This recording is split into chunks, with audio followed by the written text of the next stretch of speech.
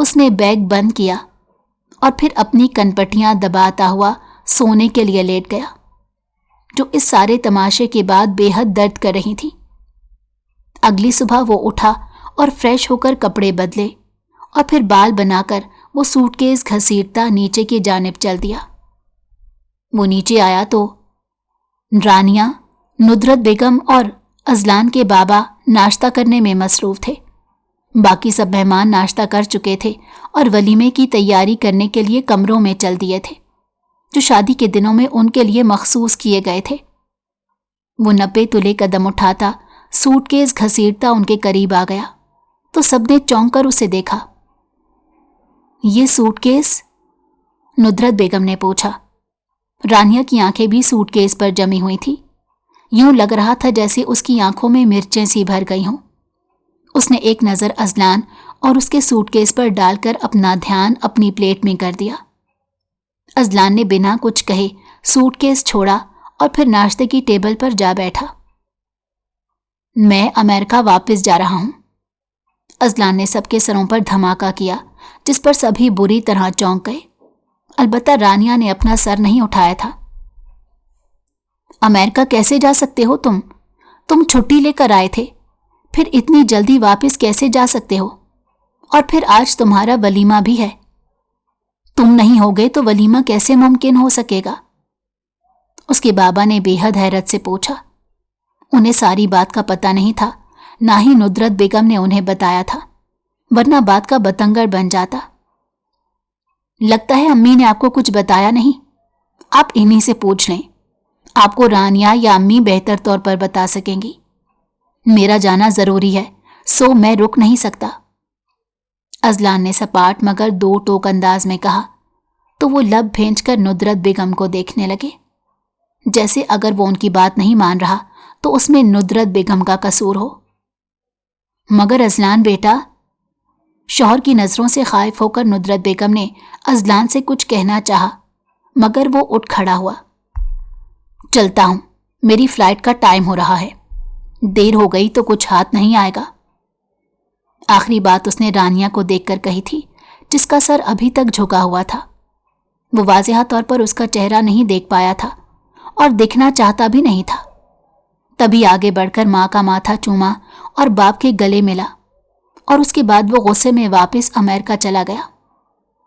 اس کے جانے کے بعد رانیہ نے سر اٹھا کر خالی دروازے کو دیکھا، جہاں سے گزر کر وہ جا چکا تھا، اور اب شاید کب واپس آتا۔ اس کی آنکھیں نم تھیں، لیکن اس نے اس نمی کو اپنے گالوں کا حصہ نہیں بننے دیا۔ آپ سب مہمانوں سے کیا کہیں گے کہ دولہا کدھر ہے؟ دولہے کے بغیر ولیمہ کرتے ہم کیسے لگیں گے؟ ازلان کے بابا رفیق صاحب نے گہرا سانس بھر کر ندرت بیگم سے پوچھا۔ آپ ان کی فکر نہ کریں، میں سب سنبھال لوں گی۔ ندرت بیگم نے انہیں تسلی دی، مگر جواباً وہ چپ رہے۔ ندرت بیگم نے انہیں تو مطمئن کر دیا تھا، مگر خود دل ہی دل میں وہ پریشان ہو چکی تھی۔ رانیہ، میرے ساتھ آؤ۔ ناشتے کے بعد وہ رانیہ کو لے کر اس کے اور ازلان کے مشترکہ کمرے میں چلی آئیں۔ اب بتاؤ، رات کو جو کچھ ہوا وہ سب کیا تھا؟ انہوں نے سخت لہجے میں پوچھا تو وہ نظریں چرانے لگی۔ میں نے کچھ نہیں کیا تھا، بس یہی کہا تھا کہ مجھے کارٹون دیکھنے ہیں۔ اس بات پر وہ ہائپر ہو گئے اور مجھے سخت سنانے لگے۔ رانیہ نے خود کو کمپوز کر کے کہا، ازلان کبھی کسی چھوٹی بات پر غصہ نہیں کرتا، وہ میرا بیٹا ہے اور میں اس کی رگ رگ سے واقف ہوں۔ وہ اس بات پر اپنی ایک دن کی دلہن کو چھوڑ کر واپس امریکہ نہیں جا سکتا، حالانکہ اس کا پکا ارادہ تھا کہ وہ اپنی بیوی کو اپنے ساتھ امریکہ لے کر جائے گا، لیکن وہ تمہیں پاگل کہہ رہا تھا، اور یہ میری نظر میں کوئی چھوٹی بات نہیں ہے۔ انہوں نے جتاتے ہوئے انداز میں کہا تو وہ گہرا سانس بھر کر رہ گئی۔ آپ پھر ازلان سے ہی پوچھئے گا، میں اس بارے میں کوئی بات نہیں کرنا چاہتی۔